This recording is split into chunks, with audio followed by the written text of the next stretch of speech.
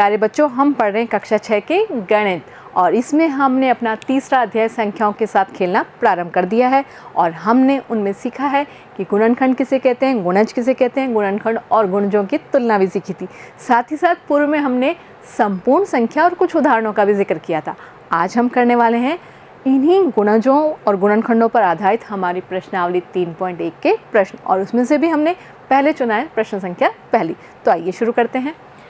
पहला सवाल है, निम्नलिखित संख्याओं के सभी गुणनखंड लिखिए।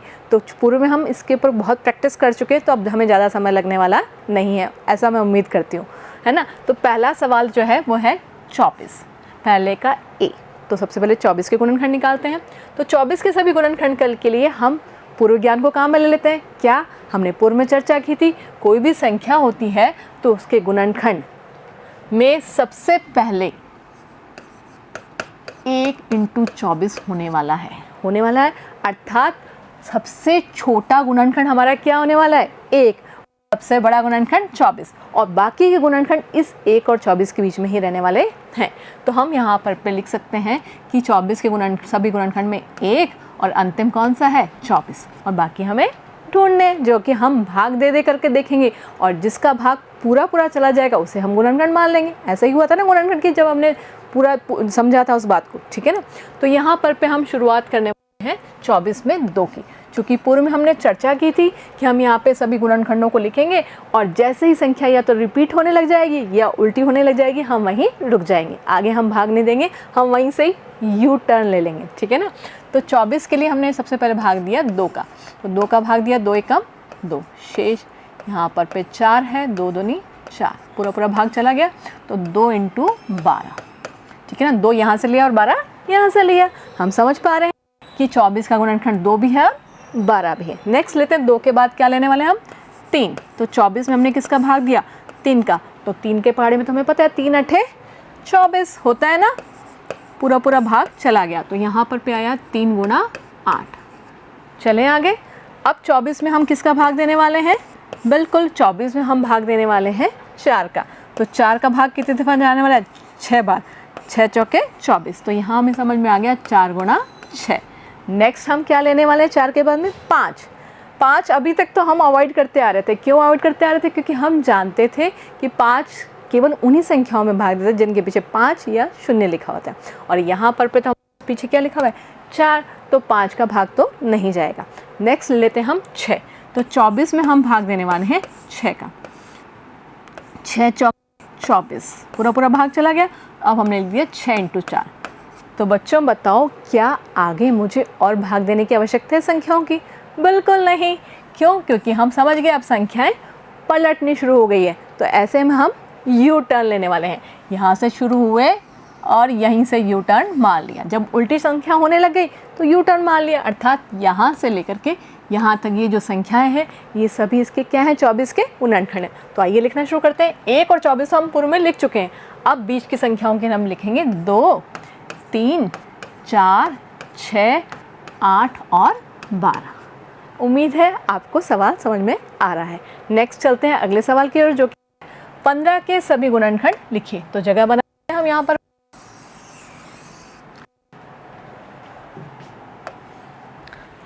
तो सबसे पहले वही शुरुआत करते हैं, कहाँ से करते हैं हम, बिल्कुल 1 से करते हैं। 1 × 15, क्योंकि 1 का वैसे तो पहाड़ा होता नहीं है, लेकिन अगर हम 1 का पहाड़ा लें भी तो कितनी दफ़ा जाने वाला है, 15 दफ़ा जाने वाला है, ठीक है ना। तो 15 के सभी गुणनखंडों में सबसे छोटा गुणनखंड 1 और सबसे बड़ा गुणनखंड 15 होने वाला है, ठीक है ना। अब बीच की संख्याओं को चेक करेंगे, ठीक है ना। तो 15 में सबसे पहले भाग किसका देने वाले हैं हम, 2 का। तो 2 का भाग जाएगा क्या, नहीं जाएगा। वैसे भी पता है 2 के पहाड़े में 15 नहीं आता है। 2 × 7 = 14, शेष कितना रह गया, 1। 2 इसका गुणनखंड नहीं है। नेक्स्ट चलते हैं हम 15 में भाग किसका देने वाले हैं, 3 का। तो 15 में 3 का भाग दिया, 3 × 5 = 15, शेष कितना आया, 0। इसका मतलब 3 इसका गुणनखंड है। तो हम यहाँ लिखने वाले हैं 3 × बिल्कुल 5 लिखने वाले हैं। तो 3 और 5 दोनों इसके गुणनखंड हैं। नेक्स्ट 15 में अब हम किसका भाग देने वाले हैं, 4 का। तो 4 दूनी 8, 4 तिया 12, शेष कितना रह गया, 3। पूरा भाग नहीं जा रहा है, 4 इसका गुणनखंड नहीं है। और हम 15 में किसका भाग देते हैं, 5 का, जो कि जाएगा 5, क्योंकि पीछे क्या पड़ा हुआ है, 5। हम बार जिक्र कर चुके हैं ना, पीछे 5 होगा तो निश्चित तौर पे 5 का भाग जाने वाला है। तो 5 तिया 15 शून्य, पूरा पूरा भाग आ गया। ये बन गया 5 गुणा 3। लेकिन ध्यान दें यहाँ पर पे संख्याएं उलटनी शुरू हो गई, अर्थात यू टर्न की बारी है। यही दिया हमने, यू टर्न ले लिया ना। तो यहाँ पर पे हमारी संख्या क्या आने वाली है, 1, 3, 5 और 15। तो 1, 3, 5 और 15, ये हो गए 15 के सभी गुणनखंड, ठीक है ना। चलते हैं आगे, 21 के सभी गुणनखंड लिखिए। तो 21 के सभी गुणनखंड के लिए पहले हमें थोड़ी जगह बनानी होगी। 21 और शुरुआत बिल्कुल 1 से करने वाले हैं। 1 × 21, सबसे छोटा गुणनखंड 21 का 1 और सबसे बड़ा गुणनखंड 21। शुरुआत करते हैं 2 से। तो 21 में 2 का भाग दिया तो 2 दायां 20 होता है वैसे तो, लेकिन अपन शुरू से चलते हैं। 2 एकम 2, शेष कितना रह गया 1। 0 दफ़ा भाग भी दें तो भी शेष कितना रह रहा है 1। तो हमारा शेष कितना आ रहा है, पूरा पूरा भाग तो नहीं जा रहा है। फिर 21 में किसका भाग देने वाले हम, 21 में भाग देने वाले हम 3 का, और 3 7 21, पूरा पूरा भाग जा रहा है ना। तो 3 × 7, क्या समझ में आया 3 × 7 से? बिल्कुल ये समझ में आया कि 3 भी 21 का गुणनखंड है और 7 भी 21 का गुणनखंड है। और अगर मैं बात करूं 21 किसका गुणज है, तो आप बता सकते हैं 21 3 का भी गुणज है और 7 भी गुणज है। याद है ना दोनों बातों में, अब जब हमने तुलना करी थी समझा था उनके संबंध को, ठीक है ना, याद रखिएगा। अब 3 के बाद हम 21 में किसका भाग देने वाले हैं, 4 का भाग देने वाले हैं। 4 पंजे 20, पूरा पूरा भाग नहीं गया, ठीक है। वैसे भी 21 4 के पाड़े में नहीं आता है तो भाग तो जाना नहीं है। फिर हम भाग किसका देने वाले हैं 21 में, 5 का नहीं देंगे। नेक्स्ट चलते हैं, चलो आज का दे देते हैं। 5 चौक 20, शेष रह गया 1, ताकि आपको ये मैडम 5 के पहाड़े से बचती हैं। 5 का पहाड़ा, बस कुछ चीज़ें हमारे लिए सुविधा होती है, उतना काम कम हो जाता बच्चों, है ना, और कोई बात नहीं है। फिर 6 का भाग दे देते हैं 21 में। 21 में 6 का भाग दिया, 6 तिया 18 और बच गए कितने 3। और 21 6 के पहाड़े में आता भी नहीं है, नहीं आता है ना। तो 6 का पहाड़ा नहीं जा रहा पूरा पूरा, इसलिए ये इसका गुणनखंड नहीं है। नेक्स्ट चलते हैं हम, 21 में किसका भाग देने वाले हैं, 7 का, और 7 तिया 21, पूरा पूरा भाग चला गया। तो हम लिखने वाले हैं 7 × 3। ध्यान दे रहे हैं क्या आने वाला है, यू टर्न हो रहा है, बिल्कुल संख्याएं उल्टी हो रही हैं, इसलिए हम यहीं से इसे यू टर्न मार लेंगे। तो ये बन जाएगा 1 3 7 21। 21 के सभी गुणनखंड क्या होने वाले हैं, 1 3 और 7। काफ़ी गैप आ गया लंबा। अब क्या करें, हमें तो उम्मीद थी खूब सारे निकलेंगे, लेकिन निकले कितने, 3 और 7, 1 और 21 तो होने ही थे, ठीक है ना। चलते हैं नेक्स्ट सवाल की ओर, जो कि है डी, 27 के सभी गुणनखंड। शुरुआत कहाँ से करेंगे बच्चों, बिल्कुल हम शुरुआत करेंगे 1 से। 1 × 27, सबसे छोटा गुणनखंड 1 और सबसे बड़ा गुणनखंड 27, ठीक है। और अब शुरुआत कहाँ से करने वाले हैं, 2 से। तो 27 में 2 का भाग देंगे, 2 एकम 2 और ऊपर से क्या आया 7, 2 तिया 6, शेष क्या रह गया 1, अर्थात 2 27 का गुणनखंड नहीं है। शेष रहते ही गुणनखंड नहीं, पूरा पूरा भाग नहीं जा रहा है। फिर हम 27 में किसका भाग देंगे, बिल्कुल हम 27 में भाग देंगे 3 का, जो कि पूरा पूरा जाने वाला है 9 दफ़ा। 3 का पढ़ा तो आता है ना हमें। अब नेक्स्ट 27 में हम किसका भाग देने वाले हैं, 4 का। क्या 4 के पढ़े में 27 आता है, नहीं आता है, तो भाग देने की आवश्यकता है, बिल्कुल नहीं है। देखो बच्चों, जब हमें पहाड़े अच्छे से आते हैं तो आप चेक कर सकते हैं और भाग देने की आवश्यकता भी नहीं। तो अब ऐसे में जिन संख्याओं के पहाड़े छोटे छोटे हैं, 10 तक है, तो उनके पहाड़ भाग हम नहीं देंगे, ठीक है। तो 27 में 4 के पहाड़े में 27 नहीं आता, इसका मतलब 4 इसका गुणनखंड नहीं है। फिर चलते हैं 5 पर। तो 27 में 5 का भाग देने की आवश्यकता है क्या, बिल्कुल नहीं, क्योंकि पीछे हमारा क्या है, यहाँ पर 7 है, 0 और 5 नहीं है, तो 5 का भी पूरा पूरा भाग नहीं जाने वाला है, तो 5 भी इसका गुणनखंड नहीं होने वाला है। फिर 6 की बात करें तो 6 के पहाड़े में 6 कम 6, 6 दूनी 12, 6 तिया 18 और 6 चौक 24 और 6 पंजे 30, 27 तो नहीं आ रहा ना, तो 6 भी इसका गुणनखंड नहीं होने वाला। अब नेक्स्ट हम किसका लेने वाले हैं, 7 का। 7 के पहाड़े में 27 आता है, नहीं आता है, 28 आता है, तो 27 में भी 7 का भाग नहीं जाने वाला। नेक्स्ट लेंगे क्या, 8, और 8 के पहाड़े में भी 27 नहीं आता है। 8 चौक 32 और उससे पहले 8 तिया 24, 24 और 32 के बीच की संख्या है 27, भाग नहीं जाने वाला, पूरा भाग नहीं जाने वाला क्योंकि उसके पहाड़े में नहीं आ रहे।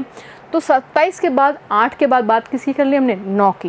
तो 9 के पहाड़े में 27 बिल्कुल जाता है। कितनी दफ़ा जाता है, 9 तिया 27। बेटा जितने ज़्यादा आपको पहाड़े आएंगे उतनी ही गणना सरल, हमेशा ज़िंदगी भर आपको महसूस होगा गणना आपके लिए सरल है। और यहाँ तो निश्चित तौर पे होनी ही। तो ये आया, पहले हमने पूर्व में लिखा नहीं था क्या, 3 गुणा, ये था ना पूरा भाग गया था। और अब क्या आ रहा है, 9 गुणा 3। तो यहाँ पर पे संख्याएं पलटनी शुरू हो गई और हम लेने वाले हैं ऐसे में यू टर्न। ठीक है ना, तो यू टर्न लिया तो 1 3 9 27, हमने 1 और 27 तो लिख दिया। अब केवल बीच में 2 संख्या आने वाली, 3 9। ठीक है, चले आगे। अब 12 की बात करते हैं। तो मेरे में थोड़ा सा काम को हल्का करना पड़ेगा, सारे भाग देने तो बहुत टाइम लगने वाला है। जबकि 12 तो हमें पता है किन किन संख्याओं में 12 का अंदर पूरा भाग जाने वाला है। तो 12 को लिख लेते हैं। 1 का भाग कितनी दफ़ा जाने वाला है, 12 दफ़ा। और 12 में 2 का भाग जाएगा, बिल्कुल जाएगा। 2 के पहाड़े में 12 कितनी दफ़ा आता है, 6 दफ़ा आता है। ठीक है, 2 के बाद 3 के पहाड़े में कितनी दफ़ा आता है, 4 दफ़ा आता है ना। और फिर हम किस वाले, 4 को, और 4 का पहाड़े में 12 कितने दफ़ा आने वाला है, 3 बार आने वाला है। अब देखें आप, संख्याएं पलटनी शुरू हो गई। तो हमने फटाक से लिया यू टर्न, ले लिया ना। तो हमारी संख्या क्या होने वाली है, 1 2 3 4 6 12। तो 12 के सभी गुणनखंड 1 2 3 4 6 और 12। ठीक है ना, थोड़ी स्पीड बढ़ानी होगी, ऐसे तो बहुत टाइम लग जाएगा। ठीक है ना, शुरुआत में मैं आपको बिल्कुल राय दूंगी कि आप एक भाग दे करके देखें, लेकिन जब संख्याएं छोटी हैं जैसे 12 20 की, तो हमें पहाड़े में पता चल जाती हैं। ठीक है ना, तो यहाँ पर हम थोड़ा सा गणना को फास्ट करेंगे, मौखिक करेंगे। अब 20 की बात करते हैं। तो 20 के सभी गुणनखंड के लिए वापस इसी प्रकार से लिख लेते हैं। तो 20 में सबसे पहले शुरुआत किससे होगी, बिल्कुल 1 से होगी, 1 गुणा 20। और फिर 20 में 2 के पहाड़े में 20 आता है क्या, बिल्कुल 2 दाया 20, तो 2 गुणा 10।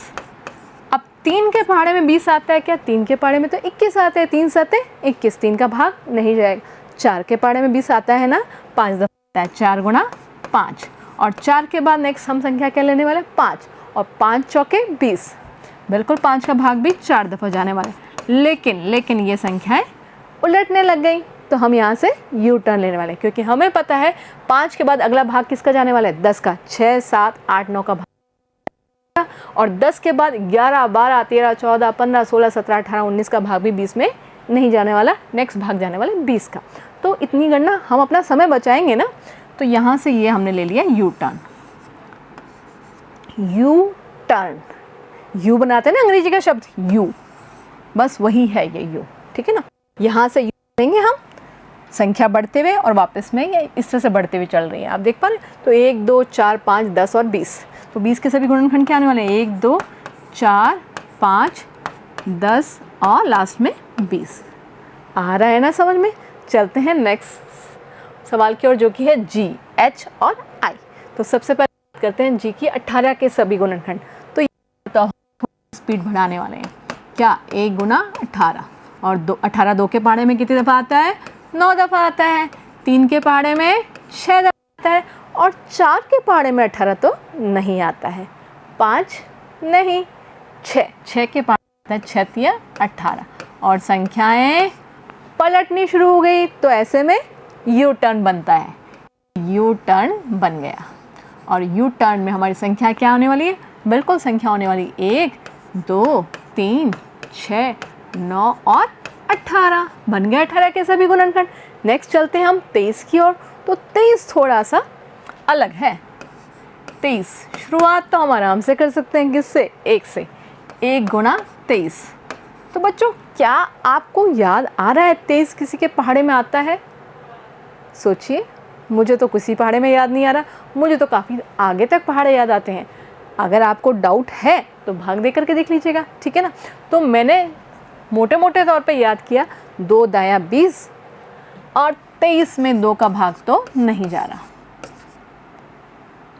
2 एकम 2, यहाँ से 3 आया, फिर 2 एकम 2, शेष बच रहा है 1।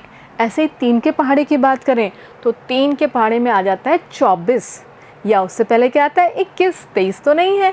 4 के पहाड़े में भी 20 और 24 होता है, 23 तो नहीं है, 5 के पहाड़े में तो 3 है, तो 0 और 5 तो है ही नहीं, तो 5 का भाग भी नहीं जाने वाला।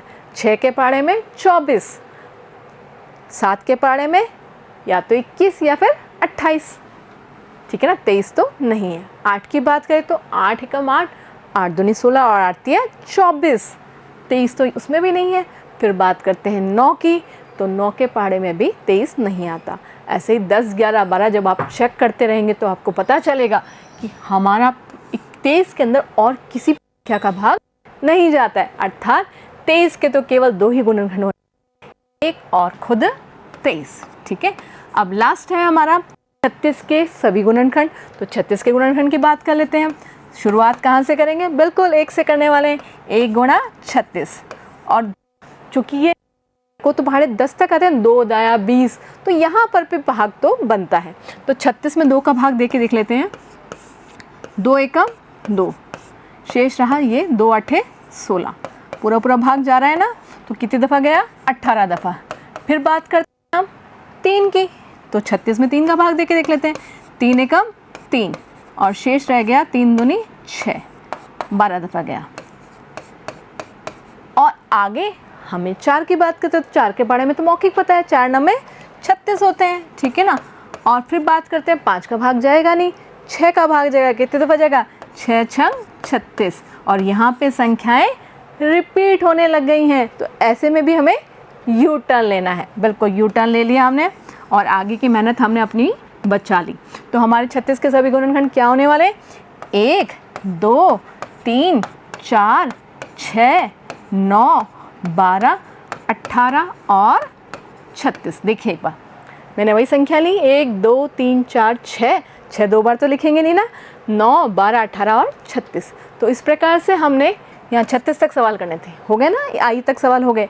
तो हमने इस प्रश्नावली 3.1 के पहले के सभी सवालों को कर लिया है, और हमें यहाँ से जो मोटी बात निकल कर के आई वो ये आई कि गुणनखंड में हमें पता है सबसे छोटी संख्या गुणनखंड की कौन होने वाली है? 1, और सबसे बड़ी वो खुद संख्या होने वाली है, और उसके बीच की संख्याओं को निकालने के लिए हम उसमें विभिन्न प्रकार की संख्याओं का भाग देते हैं। जिसका पूरा पूरा भाग चला जाता है वो उसके गुणनखंड बन जाते हैं, और जिनका भाग नहीं जाता वो उसके गुणनखंड नहीं होते हैं, ठीक है ना। और साथ ही साथ हमने यू टर्न की बात करी थी।